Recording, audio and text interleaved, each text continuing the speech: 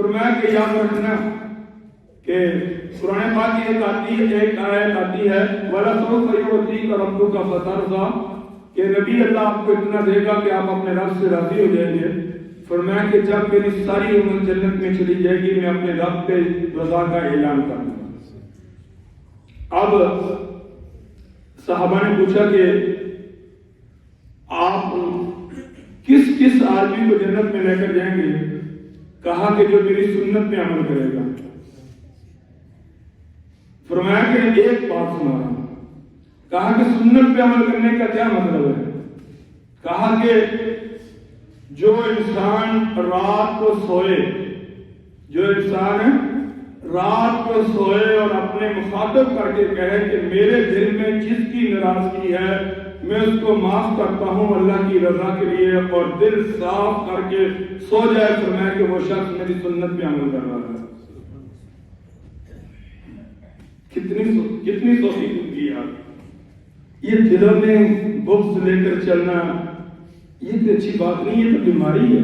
یہ تو آزاد انسان کو فلانا یہ کر رہا ہے، فلانے کی اتنی سیل ہے، فلانے کا وہ حال ہے، فلانا یہ ہے، فلانا میرے مقابلے میں آ کر کر گیا، فلانے نے یہ کر لیا، فلانے نے ٹھیلا لگا لیا، فلانے یہ زندگی یہ ہمیں اندر سے بیماری کھاتی ہے.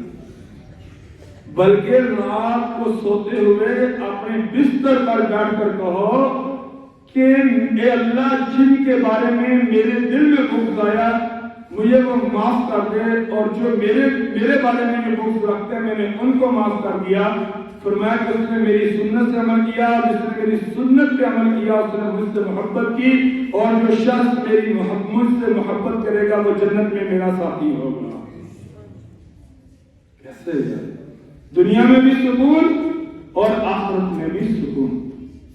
حضرت ابوبکر صدیق رضی اللہ تعالیٰ عنہ جب بھی کسی انسان کو کسی علاقے کا گورنر بنا کر یا جج یا قاضی بنا کر بھیجتے اس کے ساتھ جاتے ہیں اور اس کو کہتے ہیں کہ ایک بات یاد رکھنا.